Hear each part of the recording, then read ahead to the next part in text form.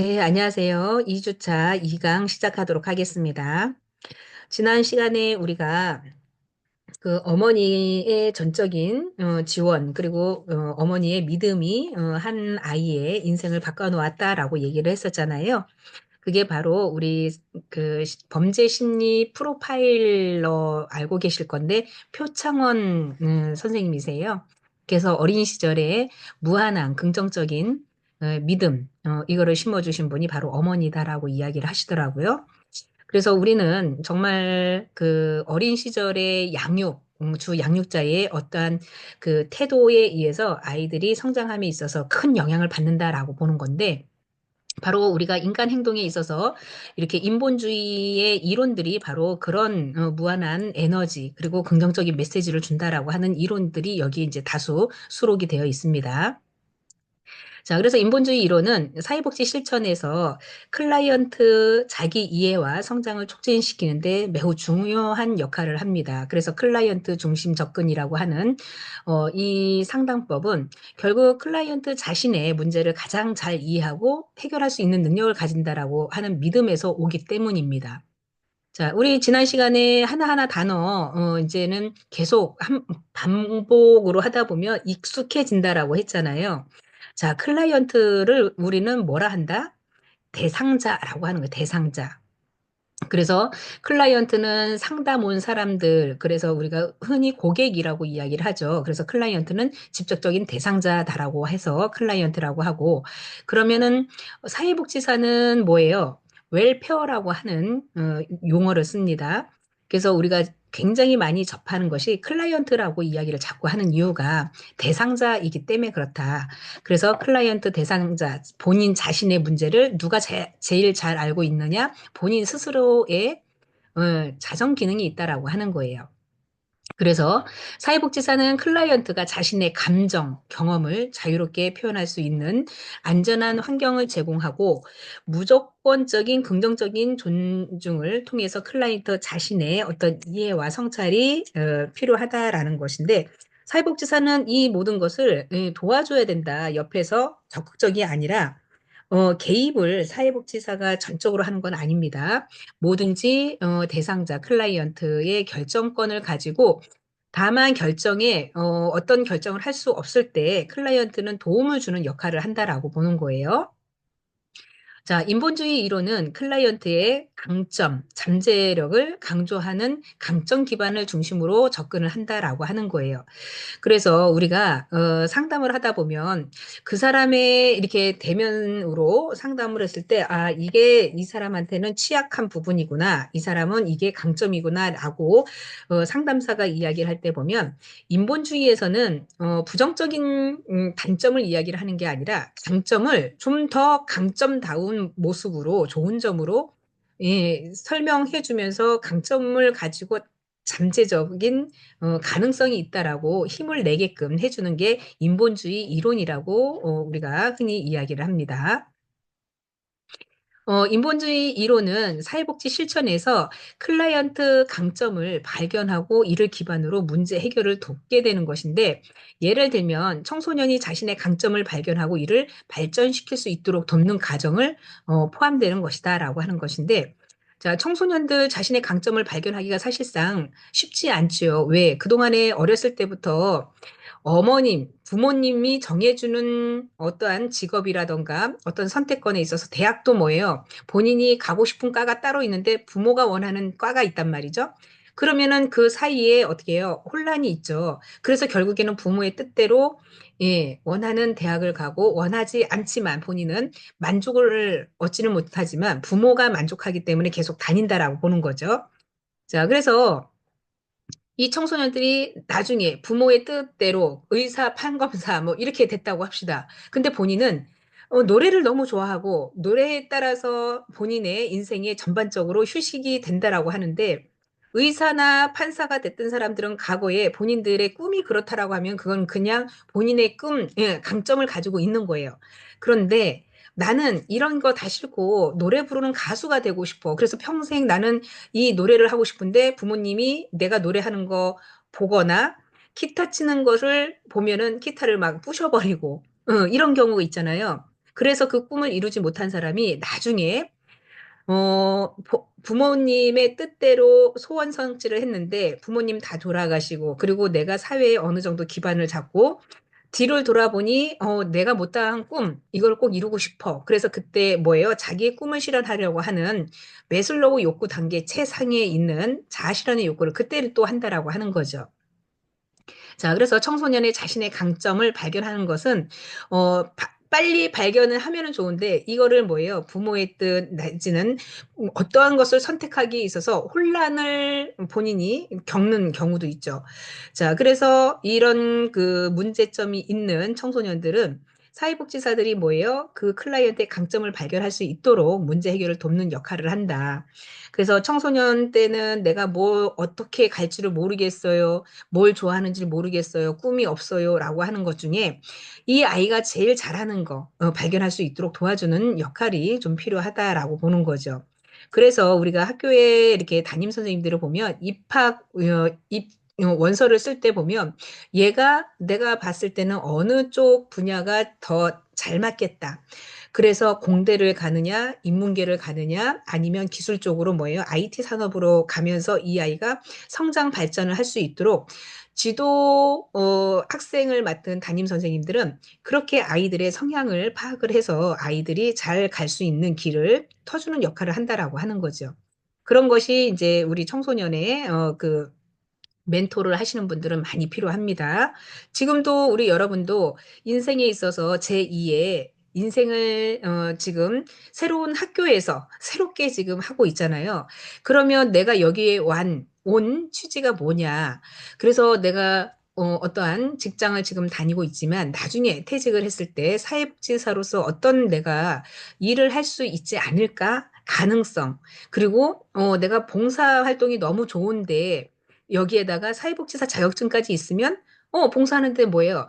더 나를 자신을 에너지를 많이 받고 내가 할 수 있는 역할이 더 많지 않을까라는 생각이 드는 거죠. 그렇기 때문에 우리는 제2의 공부를 이 학교에 늦은 나이에 오셔서 공부한다는 게 굉장히 뭐예요? 자아 실현의 욕구도 분명히 있어요. 그리고 이거를 발판으로 해서 내 자신의 어떠한 그 발견, 그리고 성취 욕구 이런 것들이 다 포함되어 있다라고 보는 거죠. 그래서 우리는 지금 현재가 굉장히 우리한테는 중요한 순간이다라고 볼 수 있겠습니다. 뭐 우리가 다음에 지금의 직업이 아니라 제2의 직업을 새로 개척할 수 있는 계기도 되는 거고요. 그리고 지금 나이에 공부하는 이 자체가 굉장히 큰 힘이 될 겁니다. 왜냐하면 지금은 평생 학습이라는 거 많이 들어보셨잖아요. 평생 학습이라는 건 뭐예요? 내가 많은 지식을 뭐 인터넷에 뒤져보면 다 알아요. 근데 우리가 여기에서 공부하고 여기서 배우는 거는 그만큼 또 이런 분야의 이런 다수의 학생들이 모여서 하나의 그룹을 만들면서 우리 중간중간에 뭐예요? 인과관계. 그래서 인간 행동과 사회라는 그 테두리 안에서 어느 이렇게 결속을 맺어준다라고 하는 거죠. 그래서 동원대학교에 관련된 학생들의 어떠한 공통점 이런 것들을 찾을 수도 있겠죠. 자, 그래서 우리가 이런 발견을 한다라고 하는 거, 자신의 강점을 발견해서 또는 강점을 더 강점처럼 끌어올리는 거, 이런 부분이 좀 필요하다, 지금 시기에. 그래서 내가 지금 수업도 제대로 잘 못 들어가고 컴퓨터도 다룰 줄을 모르고 도대체 뭘 해야 될지 몰라서 이거를 막 고민하시는 분도 분명히 있을 겁니다. 근데 우리는 아무도 이거에 대해서 해보지 않았어요. 여러 많은 학생들이 이거에 대해서는 공부를 해보지 않았단 말이에요. 혼자만의 고민거리가 아니에요. 그러다 보니까 처음이 힘들고 처음이 막 정신없이 어디로 들어가야 되는지도 모르고 창이. 그렇지만 아마도 여러분들이 3주차, 4주차 되면요. 이제는 능수능란대로 핸드폰이 됐든 PC가 됐든 언제든지 내가 수시로 들락날락하면서 그 G 메일이라고 하는 곳에 메일도 학교 메일도 열어보고 G 클래스에 들어가서도 보고 또 나름대로 뭐예요? 우리 동영상 탑재한 거 수시로 들어갔다 나갔다 그리고 학사 일정도 수시로 볼 수 있고 자 이런 것이 처음이 어려워서 그러지 컴퓨터를 자꾸 만져보면 컴퓨터 망가지지 않거든요. 어떤 단축키를 계속 눌러보세요, 궁금한 거. 그럼 그 프로그램이 뭐가 창이 뜨고 창이 뜨고 창이 뜰 거예요. 그러면은 '아 이 내용이 여기에 들어있구나.' 자꾸 알아가는 거예요, 이게. 그리고 많은 분들이 공통적으로 궁금해야 하시고 정말 고민거리라고 하시는 것들 중에 하나가 "과제는 어떻게 해야 돼? 과제." 나는 과제라는 걸 대학에 와서 한 번도 해본 적도 없는데 자 과제는요. 우리가 인제 쪼금 한 3 주차 되면은 제가 그 과제에 대해서 한번 알려 드릴게요, 과제 작성하는 방법을. 지금은 AI 시대라고 얘기를 하잖아요. 그러면 우리는 단축 버튼 해 가지고 여기 AI한테 뭐예요? 명령만 내려주면 돼요. 그러면은 예를 들어서 요거는 이제 쪼금 다음 주에 제가 인제 강의에서 알려드릴 건데 AI에 자 "인본주의 이론에 대해서 간단하게 알려줘." 명령어 하면 얘가 실행으로 뭐예요? 인본주의란 예 쭉 떠요. 자 그러면은 내가 책을 참고하지 않아도 인터넷에 뭐 누르지 않아도 AI한테 물어보면 얘는 과제도 지가 다 해 줘요.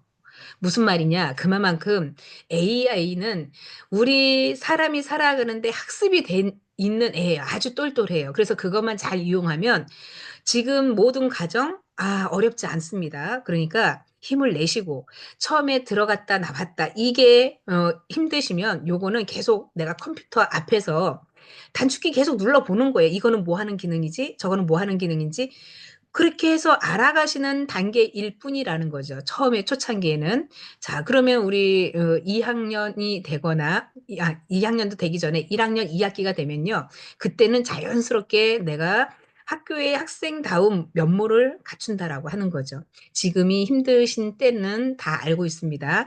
나만 힘든 게 아니라 여러 많은 사람들도 다 힘들어요. 그래서 우리 카톡방에 막 뭐 "아직 강의도 못 들어갔어요." 뭐 이런 얘기 뜨잖아요.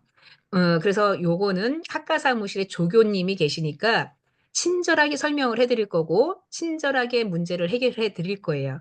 그러니까 학교의 조교님을 많이 이용을 하시고 정말 더 모르겠다라고 하면 한 번 전화할 거를 2번 전화하고 2번 전화할 거 3번 전화하고 그러면은 모르지 않아요. 자 그러다 보면 '내가 어느 정도 이거에 대해서 익숙해진다.'라면 인제는 그때는 혼자 해 보는 거죠. 그래서 지금 뭐 아직 출석도 제대로 못 들어오신 분들도 계시는데 아마 요번 주 다음 주가 지나면 '완벽하게 다 마스터하지 않을까.'라는 생각이 듭니다.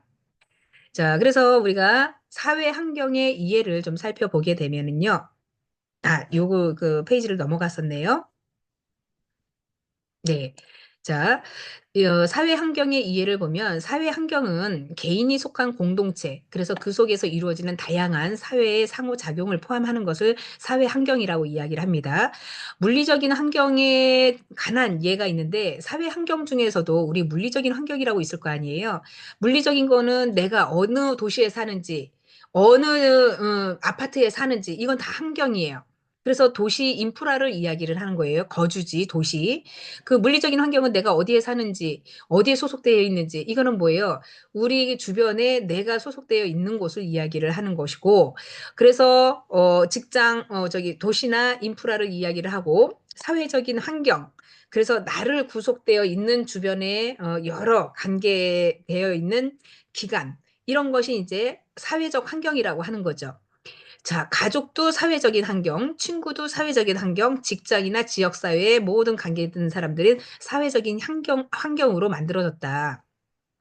자 문화적인 환경이라는 것은 내가 태어나면 한국에 태어나면 한국어 모국어를 쓰죠. 내가 저쪽에 뭐예요 미국에 태어났으면 미국 문화의 환경이 젖어 들었겠죠. 거기서 살고 거기서 태어난 사람들이라면 그 나라의 어떠한 고유한 전통과 역사관이 있겠죠.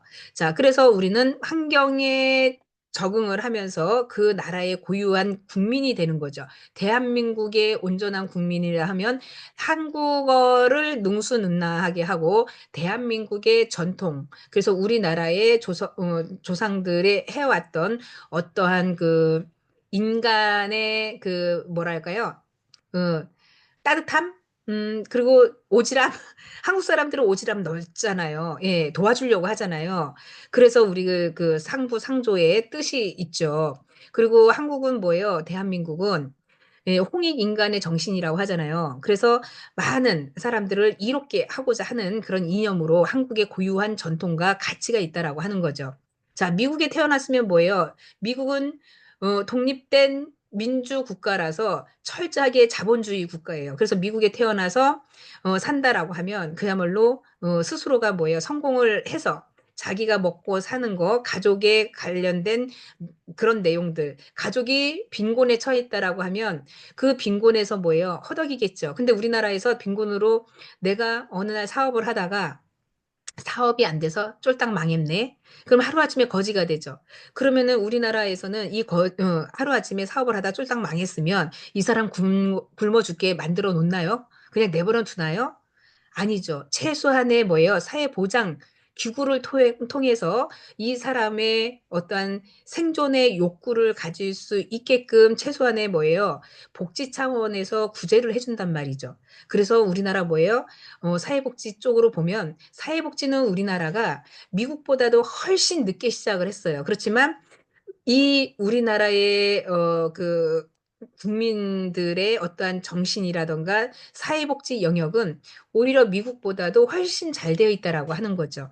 미국은 전체 그 국민들 의료보험 자체가 없어요. 근데 우리나라는 뭐예요? 전 국민이 의료보험하야. 그래서 뭐예요? 아프거나 예방접종을 하거나 그래서 국민들이 뭐예요? 언제 어디서나 아플 때는 병원에 가면 예, 치료를 해주죠. 근데 미국은 철저하게 뭐예요? 개인 사회 그 복지를 하기 때문에 개인에게 관련된 의료보험이 없으면 손이 잘려도요.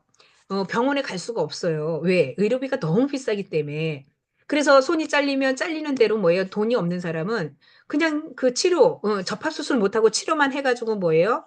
그냥 장애로 산단 말이죠. 근데 우리나라는 뭐예요? 손이 기계에 이렇게 절단이 됐다? 그럼 뭐예요? 접합수술을 하죠. 그 의료보험 적용 다 되잖아요.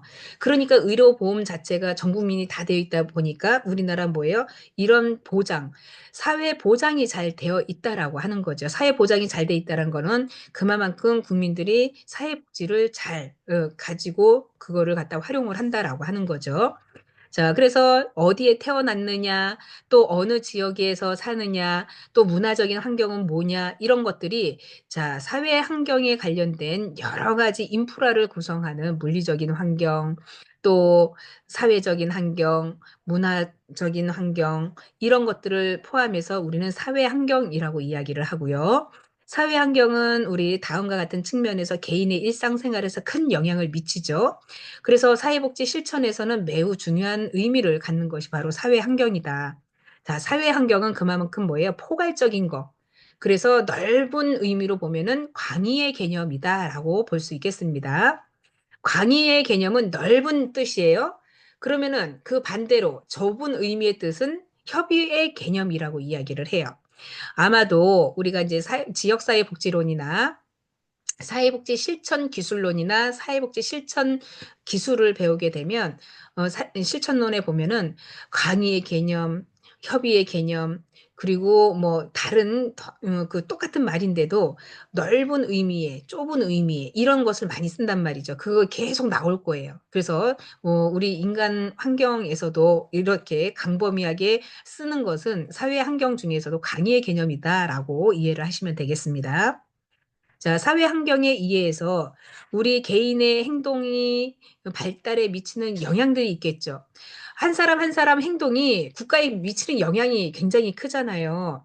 지금의 우리나라가 좀 혼란스럽고 막 질서가 무질서한 상황이어도 이런 상황이 발생되는 이유는 뭐예요? 어떠한 개인의 소신, 개인의 행동 이런 것들이 사회에 미치는 영향들이 무시하지 못한다라고 하는 거죠. 그래서 사회 환경은 개인의 행동, 발달, 심리적 상태에서 큰 영향을 미치고 두 번째는 자원과의 기회에 접근성이 있다라고 하는 건데 사회 환경은 개인에 접근할 수 있는 자원 그리고 기회의 범위를 결정한다라고 하죠. 자, 우리가 개인이 접근할 수 있는 자원이라 하는 것은 예를 들면 어 어르신들 있잖아요. 65세 이상 넘으신 어르신들, 소득이 없으신 분들은 우리 기초연금이라는 걸 받죠. 자, 그런데 이 기초연금이 똑같이 일괄적으로 대한민국의 65세 이상 노인들에게 똑같이 10만 원씩 준다고 합시다. 그러면은 같은 65세 이상의 노인이어도 어느 사람은 재산이 굉장히 많아가지고 회장직을 맡고 또 어떤 재산이 많아가지고 막 땅 부자도 있고 실질적으로 그 돈을 많은 사람한테는 그 10만 원이 돈이겠어요? 근데 정말 어렵게 사는 재산이 많지 않고 정말 하루하루 근근히 먹고 살면서 병원에 가고 싶어도 내가 병원비가 좀 부족해서 병원에 가면 돈 많이 들어가잖아요. 그런데 전 국민 의료보험을 한다 하더라도 개인 부담금이 있잖아요. 그 개인 부담금 또는 추운데 너무 추운데 그 난방비가 아까워서 아끼느냐고 못 쓰시는 분들. 자, 이런 분들한테는 그 10만 원도 굉장히 큰 돈이죠. 자, 그러다 보니까 이 개인의 어떠한 그 본인이 뭐 잘 살고 싶어서 잘 살고 못 살고 싶어서 못 사는 이런 선택은 아니잖아요. 근데 사회 환경이 나를 그렇게 만들었어. 그리고 이 자원에 대해서 공정하게 똑같이 일괄적으로 나눠주는 게 아니라 어떠한 그 자본주의 생리 안에서 내가 그냥 빈곤할 수밖에 없었던 상황. 그래서 예를 들면 몸이 불편해서 직장을 잘 못 다니는 상황. 그래서 내가 먹고 사는 게 굉장히 열악해. 그래서 주변에서 내가 도움을 받아야 되고 또 그 기회에 대해서 많은 사람들이 나를 도와주는 측면 그리고 주변에서의 관심 이런 것들이 자원의 기회에 접근성이 높다라고 하는 거죠. 회장들은 10만 원은 별거 아니에요. 그 사람들은 그런 거 안 받아도 충분히 뭐예요? 본인들의 자산이 많기 때문에 그런 거 신경 안 쓴단 말이에요. 근데 사회 환경에 이렇게 우리가 열악한 사람들, 접근할 수 있는 사람이 기회를 이렇게 범위를 결정해 줘야 이분들도 최소한의 뭐예요? 자기의 생존권에 관련돼서 살아갈 수 있다라고 하는 거죠. 그래서 환경에 관련된 개인의 접근은 이렇게 기회의 범위를 결정해 줘야 된다라고 하는 것이 내가 먹고 살기 힘들면 국가에서 또는 지자체에서 나를 도와주는 그러니까 객관적으로 봤을 때는 관리의 바운더리 안에 들어오면 그거는 뭐예요? 기회를 좀 결정해 줘서 먹고 살 수 있게끔 도와줘야 된다라고 하는 거예요. 자, 사회적 지지와 네트워크 같은 경우에도 우리가 어려움을 극복하고 성공할 수 있는 삶을 영위하는 데 중요한 역할을 하죠. 네트워크라고 하는 것은 내가 정보를 모르면 예를 들면 지금과 같이 빈곤에 시달리고 내가 그야말로 도움이 필요한데 이 정보, 그래. 소득이 없는 사람, 그 먹고 살기 힘든 사람, 이런 사람은 구청에서 어느 날 신청서를 써주세요. 나 재산이 없고 먹고 사는 게 힘드니까 나에게, 이렇게 한 달에 한 번 쌀이라도 주세요. 근데 그 아무한테나 누가 줘요. 본인이 신청을 해야지 선별을 해서 주는 거잖아요. 그러니까 이 네트워크, 어떤 정보를 얻으려면 그 정보를 내가 알아야지 신청을 하는 거잖아요. 자, 그러다 보니까 우리는 네트워크에 관련돼서도 어, 개인의 어려움을 극복하고 성공을 삶을 영위하기 위해서는 중요한 역할을 한다. 그러니까 정보를 알아야 된다는 소리예요. 정보. 사회적인 지지. 그래서 주변에 많은 사람들이 관심을 가져주고 정보를 통해서 이 사람은 꼭 구제를 해줘야 됩니다라고 하는 건 뭐예요? 이런 네트워크가 형성이 돼야 된다라고 하는 거죠. 우리가 늘 매일매일 아침에 눈 뜨면은 뉴스를 보죠. 그거 왜 보겠어요? 사회 돌아가는 환경을 보려고 하는 거죠. 오늘은 또, 뭐, 도로에 교통사고가 몇 건이 났고, 오늘의 날씨는 어떠니까, 예, 비가 온다니까, 우리가 뭐에 우산을 가지고 나가야겠네. 자, 이런 거를 미리 뭐예요? 정보를 통해서 아는 거죠. 자, 그래서 이 정보는 우리의 삶에 있어서 굉장히 큰 중요한 역할을 한다라고 하는 거죠.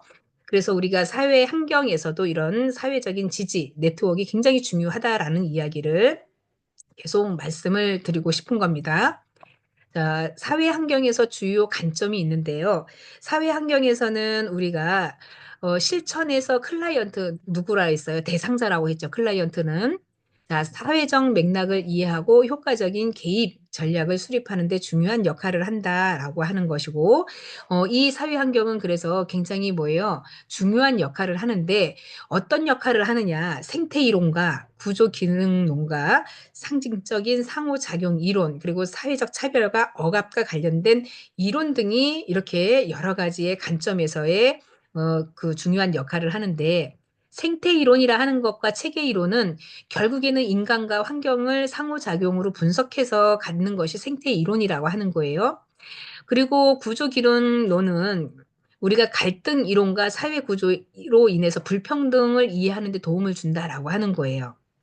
그리고 상징적인 상호작용과 교환 이론도 인간관계와 상호작용을 분석하고 사회적인 차별 그리고 억압과 관련된 이론, 이것 또한 역시 교차성 이론을 통해서 다양한 차별, 억압을 복합적인 영향에서 이해하는 데 중요한 역할을 가지고 있다라고 보는 거고요.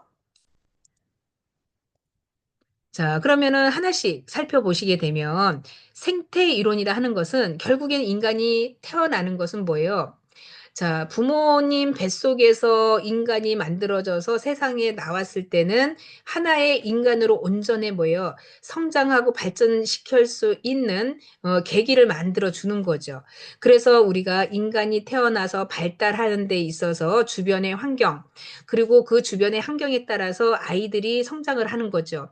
예를 들면 한국에 태어나는 아이와 저기 아프리카, 수단 같은 데서 태어나는 아이들의 차이를 보게 되면, 자, 다양한 환경에서 어디에서 태어났느냐에 따라서 생활 수준은 굉장히 많이 차이가 납니다.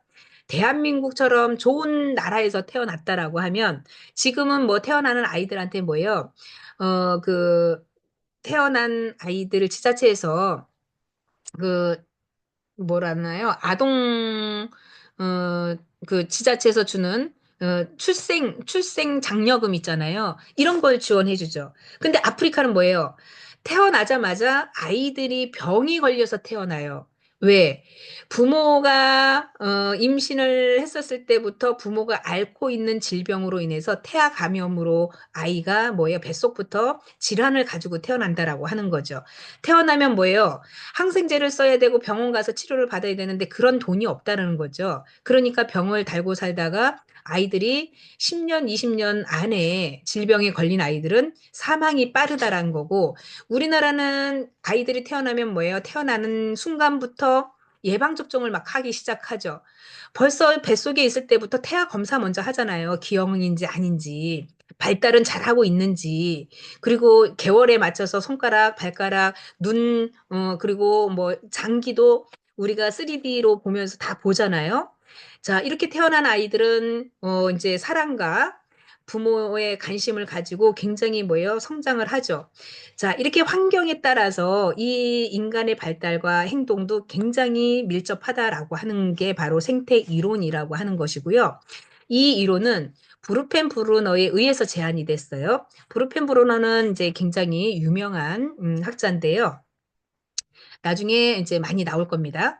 자, 인간이 단독으로 존재하는 것이 아니라 다층적인 환경에서 상호작용하며 발달한다는 것을 강조를 하는 예, 학자예요. 그래서 환경 속의 인간이라고 하는 이런 모티브를 가지고 이 이론을 만들었다는 거죠. 생태 이론은 인간 발달을 이해하는 데 있어서 환경의 중요성을 강조를 해요. 자, 우리 보통 보면 자, 그 옛말에도 환경이 중요하다는 이야기를 했잖아요. 우리 그 뭐예요? 시장에서 장사를 하게 되면 아들이 시장 장사꾼처럼 행동을 하고 또 아이가, 장례식장 근처에 집이 있는 집에서 성장하면 아이가 뭐예요? 장례식과 관련된 놀이를 한다라고 하는 거예요. 그래서 이게 환경이 중요하다라고 하는 것인데, 인간이 어떻게 환경에 적응하고 변하는지를 설명하고 있는 이론이 바로 생태 이론이다.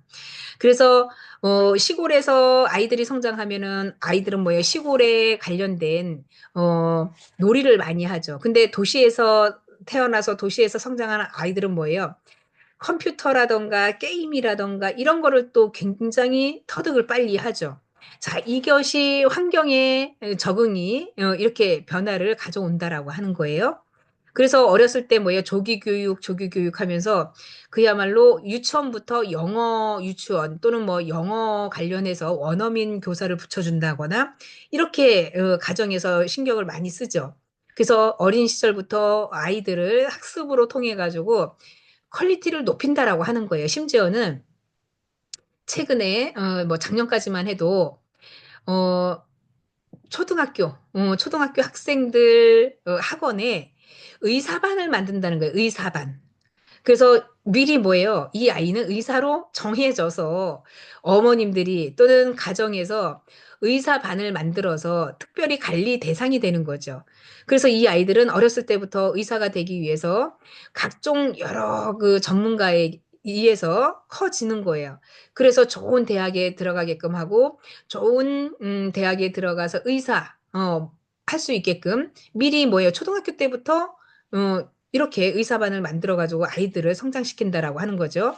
자, 그래서 인간이 환경에 적응하는 변화, 이거를 갖다가 우리 생태 이론이라고 제가 쉽게 예를 들었습니다. 실제 그렇게 있어요. 초등학교 반에 의사반. 그래서 얘네들은 그거를 목적으로 가기 위해서 학원에서 사설 학원에서 그렇게 키워준다라고 하는 거예요. 자, 생태 이론의 주요 개념을 살펴보게 되면 생태 이론은 미시체계, 중간체계, 또 외체계, 거시체계 이렇게 나눠져 있어요. 자, 그러면 우리가 미시체계라는 건 뭐냐? 자, 우리 요 책에는 지금 안 나와 있는데요. 그 사회복지 실천 기술론을 보게 되면 이 체계가 이제 나올 겁니다. 자, 여기가 이제 원이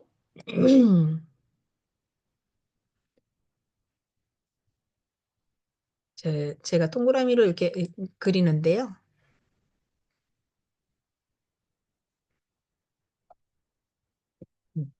자, 여기가 미시체계라는 거예요. 자, 여기는 중간체계. 자, 또 여기 뒷장에 넘어가면 이거 뭐라 그랬어요? 요거를 외체계라 한다. 이거는 거시체계라고 해요. 자, 그럼 미시체계는 뭐예요? 여기서 보시게 되면 미시체계는 개인, 일상생활을 직접 상호작용하는 가까운 환경이라고 하는 거예요. 그래서 이 미시체계는 나와 가족, 예. 그리고 학교 친구들이 여기 미시체계에 속하는 거고요. 그리고 요 미시체계는 뭐예요? 그래서 내가 바운더리가 우리가 보통 성인이 요 미시체계에 속하지는 않잖아요. 그쵸? 이 성인들은 활동량이 많죠. 그래서 상호작용을 많이 해야 돼. 그러니까 중간 체계는 뭐예요? 이렇게 나를 둘러싼 미시체계에서 벗어나서 그 이후에 학교라고 할 수 있겠죠. 학교. 그리고 뭐 교사와 협력하는 관계, 성취도를 분석하는 이런 것을 갖다 다 우리 미시체계라 한다. 그래서 나와 가족, 여기를 벗어나게 되면 여기가 뭐예요? 중간 체계가 되는 것이고, 이 중간 체계에서 좀 더 외현으로 확장을 하면 외체계가 된다라고 하는 건데, 요거는 부모의 직장, 환경이나 지역 사회가 개인에게 미치는 영향도 분석한다라고 하는 거죠. 자, 이 체계가 외체계라고 하는 것은 나와 부모님이 외체계를 연결을 했을 때, 자, 부모님의 직장 환경, 그리고 지역사회의 서비스가 개인에게 부모님의 직장이 나한테도 미치는 영향이라고 하는 거예요. 이건 무슨 말이냐면, 자, 나라는, 아이가 있으면 부모의 직장이 나한테 어떤 영향을 미치는 거예요? 쉽게 얘기하면? 네. 자, 부모의 직장은 부모가 외부에서 일을 하면 돈을 벌어오죠. 예. 아버님은 부모가 돈을 벌어와서 우리 아이들한테 적용하는 거 뭐예요? 예. 뭐 옷도 사줄 것이고, 예. 여기에 먹고 사는 거, 급식 관련해서 도움을 줄 거 아니에요. 그래서 부모는 외체계에서의 관계에 있어서 돈을 벌어오기 때문에 그 돈은 나를 위해서 쓰는 거죠. 자, 그래서 부모의 직장도 나에게는 연관이 있다, 없다? 있다. 그래서 이 개인의 상호작용에 미치지는 않아요. 어떤 게, 이 외체계, 부모의 직장은 나에게 직접적으로 상호작용은 하지는 않지만 간접적으로 부모가 벌어온 이 뭐예요? 돈. 이거는 나에게 영향을 미치죠. 자, 그래서 이런 게 우리가 개인에게 미치는 영향을 우리는 외체계라 한다. 음, 이해되셨나요? 자, 거시체계. 자, 거시체계는 여기 밖에 활동하는 내용들인데, 자, 나와 이 거시체계의 큰 테두리 안에서 어떤 관계가 있냐? 문화적인 거, 사회적인 거, 경제적인 거, 정치적인 거 모든 거를 포함하는 넓은 의미라고 하는 거예요, 개념. 자, 그러면 거시체계는 넓은 의미라고 했잖아요. 자, 그러면은 문화나 사회적, 경제적, 정치적인 게 나한테 영향을 미치겠죠. 예를 들면 한국이라는 대한민국에서 자녀가 있는 가정에 아동수당을 준다. 그러면은 나한테 영향이 미치죠. 자, 한국에서 교육적인 측면에서 학생들에게 자, 교육적으로 아이들을 성장시키는 데 있어서 의무 교육으로 초등학교 때부터 대학교까지 예, 무상으로 교육을 크게 뭐예요? 교육적으로 서비스를 지원해 준다. 그러면 나한테 영향 받아야 안 받아요? 국가에서 하는 이런 체계 넓은 의미로 어, 했을 때 사회적인, 문화적인, 경제적인 부분 차지하겠죠. 자, 이게 뭐 꼭, 어린 아이가 아니어도 이게 나라고 생각을 했을 때, 내가 여기 있을 때 지역사회 가족하고 연관이 있죠. 또, 이 주변에 뭐예요? 음, 중간 체계. 중간 체계는 이웃에 관련된, 사회에 관련된 이야기를 하죠. 자, 그리고 외체계. 아까 이야기했듯이 직접적으로 나랑 관련이 없지만 간접적으로 영향을 받고 있고 또 내가 거시체계에서 국가의 어떠한 국민의 한 사람으로 혜택 받는 거 있잖아요. 국민건강보험공단 같은 경우에 나의 건강을 챙겨주는 거죠. 자, 이렇게 우리가 사회 규범적이고 가치가 있고 법률적인 부분에 있어서 개인의 발달에 영향을 분석하고 있다라고 하는 거죠. 뭐가? 거시체계가. 따라서 한 사회의 교육 제도나 경제 구조가 개인의 교육 기회와 직업 선택에 미치는 영향을 분석하는 것을 우리는 주요 생태 이론에서 개념을 이야기했듯이 자, 미시체계, 중간체계, 외체계, 거시체계 이런 체계들이 주요한 생태 이론의 개념이라고 꼭 알아두셔야 될 필요성이 있다라고 보고요. 자, 그리고 마지막으로 시간체계. 자, 마지막으로 뭐예요? 여기 큰 테두리 안에 시간 체계라고 해서 시간의 흐름에 따라서 이런 변화의 발달은 과정이 포함되어 있다라고 하는 거예요. 시간의 흐름에 따라서 뭐예요? 우리는 인생의 주기가 있다. 생애 주기라고 얘기를 하죠. 자, 뱃속에서 태어나서 영아기예요. 영아기에서 아이가 성장하면은 여기엔 뭐예요? 유아기가 되겠죠. 유아기의 발달 단계가 있겠죠. 유아기에는 아이가 최초의 또래 집단하고 연대, 유대 이런 것을 배우죠. 사회생활을. 자, 그러고 나서 아이가 아동기가 되면서 학령기로 가요. 학령기. 초등학교 입학하죠. 그럼 나같이 똑같은 연령대 아이들이 학령기 때 와서 뭐예요? 발달에 따른 여러 사회에 관련한 여러 그 모습들을 경험하고 또 사회에 적응하기 위해서 우리는 여기서 학습을 하죠. 그러고 나서 청소년기를 지나서 예, 청년기를 지나서 어, 이런 생애 주기에 따라서 발달을 하는 거죠. 자, 뭐 키도 크고 성장도 하고 몸무게도 늘어나고 이런 건 뭐예요?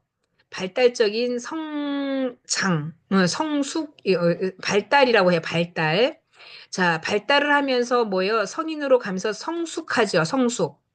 이제는 사람으로서 인간으로서 익어가는 단계가 되는 거죠. 자, 이런 생애 주기에 역사적인 변화를 상호작용하는 방식을 설명하는 것이 무엇이다? 시간 체계라고 이야기를 합니다. 자, 이해 좀 되셨죠? 그래서 우리가 생태 이론에서는 이렇게 주요 개념이 5가지가 있는데, 음, 또 보게 되면 미시 체계가 첫 번째, 두 번째는 뭐예요? 중간 체계. 세 번째는 외 체계. 네 번째는 거시 체계. 다섯 번째는 뭐다? 시간에 따라서 우리가 흐름을 간다라고 해서 시간 체계라고 이야기를 해요. 자, 그만큼 우리가 체계 이론은 좀 중요해요. 그래서 요거는 꼭 좀 알아두시고요. 요거는 당연히 어디에 나온다? 예, 시험에 나온다. 그래서 생태 이론의 주요 개념 알아두셔야 된다. 그래서 5개의 체계가 있는데 음, 우리가 미시 체계, 중간 체계, 또 뭐예요? 예, 외 체계, 거시 체계, 시간 체계 이렇게 있다. 시간 체계는 뭐다? 예, 시간의 흐름에 따라서 발달되는 과정이다. 라고 보시면 되고요.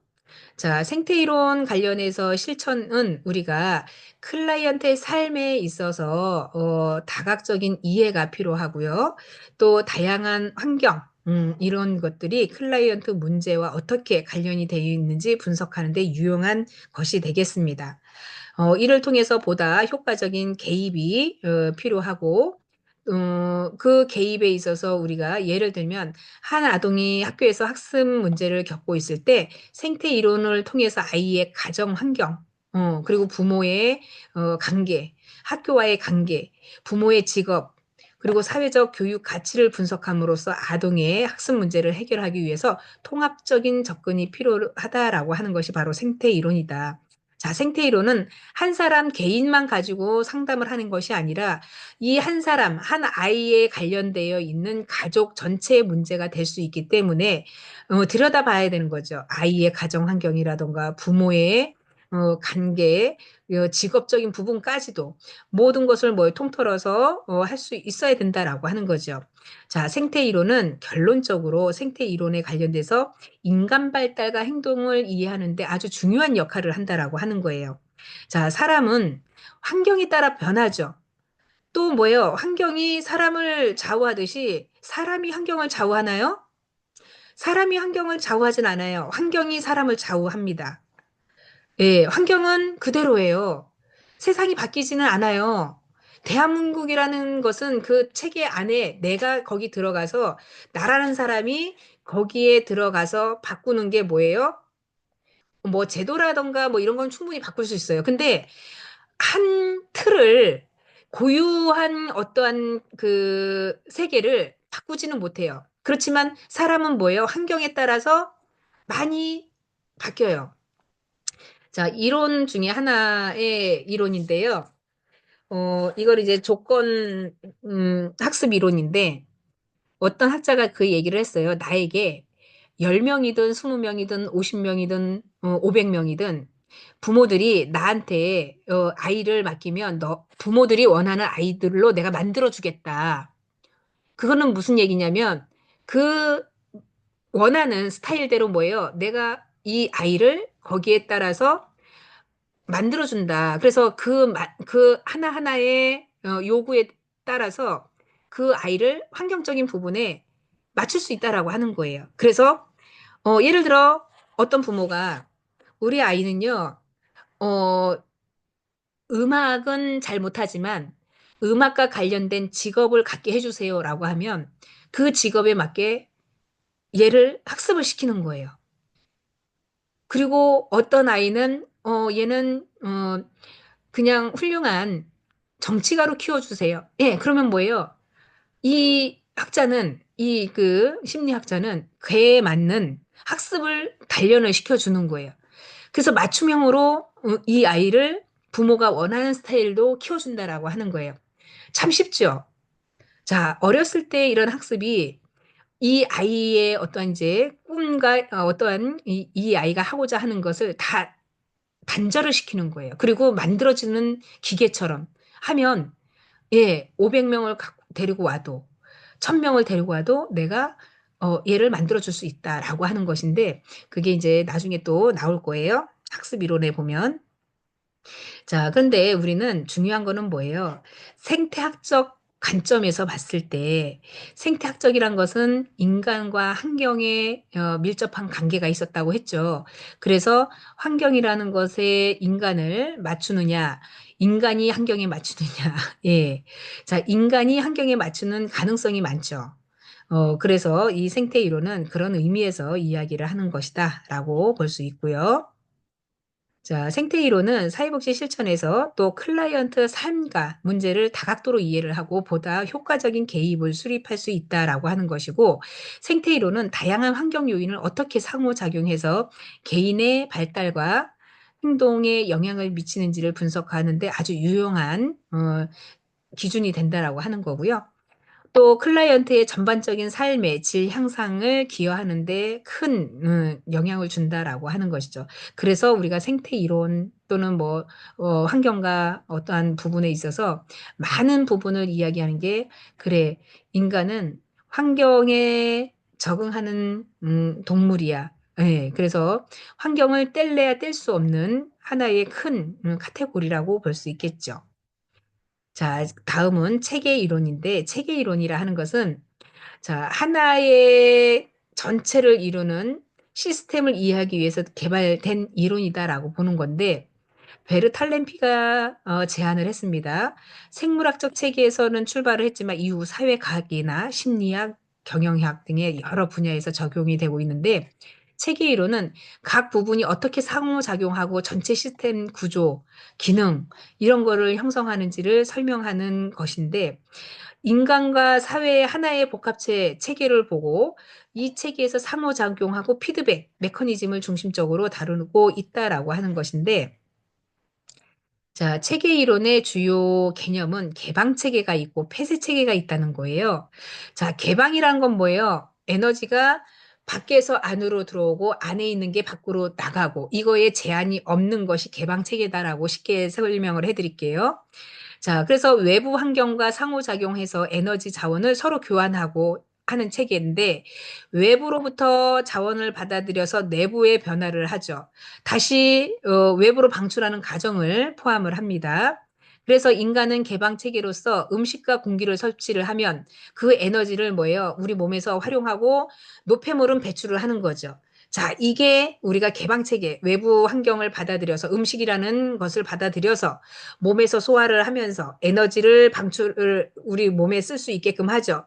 그리고 나서 찌꺼기는 예, 빠져나가는 것처럼. 자, 이게 개방 체계다. 근데 폐쇄 체계는 뭐예요? 반대로 닫혀 있는 거예요. 외부로부터의 어떤 상호작용이 없어. 그냥 내부에서만 이걸 작용하는 거야. 그러다 보니까 뭐예요? 자, 외부로부터 자원이나 에너지를 받지 않으니까 내부의 자원만으로 사용해서 기능함. 어느 때는 이게 가능해서 좋을 수는 있어요. 근데 우리가 인간과 환경이라는 부분에서는 뭐예요? 굉장히 독소적인 부분이 있겠죠. 자, 들어오는 건 계속 들어오는데 만약에 나가지를 못해. 그러면 어떻게 해요? 사람이 예, 아마 변비에 걸려 죽을 것 같아요. 독소로. 자, 실제로 완전히 폐쇄 체계는 거의 존재하지 않다. 대부분의 시스템도 어느 정도는 개방되어 있지만 이 개방 체계에 비하면 굉장히 폐쇄 체계적인 부분이 많더라라고 하는 거예요. 자, 그래서 개방 체계와 폐쇄 체계 중에 우리는 어떤 게 더 좋다라고 하는 건 아니고요. 개념을 이해를 하시면 된다. 그래서 폐쇄 체계라고 하는 것은 흔히 이제 또 앞으로 계속 나올 이야기지만, 자, 폐쇄된 에너지라고 하면 쉽게 얘기하면 어, 정보 공유에 있어서 자, 요 집에 가족이 네 식구가 산다고 합시다. 네 식구가. 이 가정은 너무 아버지가 권위적이라서 이 아이들이 밖에서 학교 갔다 오면 바로 집에 와야 돼요. 친구들하고 놀고 싶어도 못 놀아. 왜? 아버지의 엄격한 규율 하에 이 집안에는 이 가족이 나름대로 뭐예요? 이 가족은 굉장히 끈끈하고, 예, 부모도 아이의 끔찍하게 생각하고 가보를 해요. 그래서 이 아이를 잘 키우고 싶은 마음은 있어. 그래서 외부적인 차단을 다 금지를 하는 거예요. 자, 우리는 어렸을 때부터 아이한테는 뭐 예를 들어 게임기 주지 않을 거야. TV도 보여주지 않을 거야. 그래서 각 이 집안에 다 벽에 책이 무수하게 많아. 책만 볼 거야. 자, 이 책만 보고 자란 이 아이는 책을 계속 뭐예요? 주변에서 읽으면서 살아왔겠죠. 부모들이 하는 그 역할을 보면서. 근데 이 옆집에 같은 이렇게 네 식구가 살았다라고 보면 이 집은 개방적인 체계를 가진 집이에요. 그래서 외부로부터 어떠한 정보가 들어오면 이거를 가지고 집안의 이 구성원들이 활용을 해요. 그래서 뭐 TV에 어떠한 뉴스라든가 TV에 어떤 광고라든가 이런 걸 수시로 접하고 이 아이들은 또 나름대로 외부 체계의 컴퓨터로 어떠한 정보 전달이 빨라요. 그래서 이 집은 굉장히 외부로부터의 에너지 교류가 활발한 집안이다라고 보면 이 집안은 뭐예요? 내 식구가 TV도 없어. 게임도 못해. 이러다가 이 아이가 어느 날 학교에라는 이 3차적인 학교에 와서 아이들이랑 사귀는데 이 아이는 굉장히 개방적이죠. 이 아이는 딱 왔는데 바보인 거야. 다른 애들은 뭘 막 서로 소통하고 막 그러는데 정작 이 아이는 뭐예요? 아무것도 몰라. 자, 이 개방 체계와 폐쇄 체계의 가정에서의 차이점이 분명히 생기기도 하죠. 그럼 이 아이는 뭐예요? 적응을 할 수 있겠어요? 현대 사회에 살면서? 청학동 같은 그런 삶을 살았던 애와 개방 체계에 살았던 이 아이는 IT 산업에 지금 굉장히 뭐 우리나라 그 IT 산업이 세계 뭐 1, 2위를 다투고 있는 이런 세상을 살고 있는 와중에 이 아이는 그 IT에 관련돼 컴퓨터를 능수능란하게 다룰 줄 알고 척하면은 뭐 척하면서 모든 것을 검색을 하는데 이 아이는 그거에 대한 걸 전혀 알지를 못해요. 그럼 이 아이는 뭐예요? 고립이 된다라고 하는 거지. 이 학교에서 또는 이 집단에서. 그럼 얘가 뭐예요? 이 개방 체계에서는 에너지 활용이 개방 체계에 있는 에너지가 아니라고 했죠. 그러니까 이 집의 단합은 잘 되지만 결국엔 이 아이는 사회생활에 어떻게 돼요? 잘 못하는 경우가 생긴다라고 하는 거죠.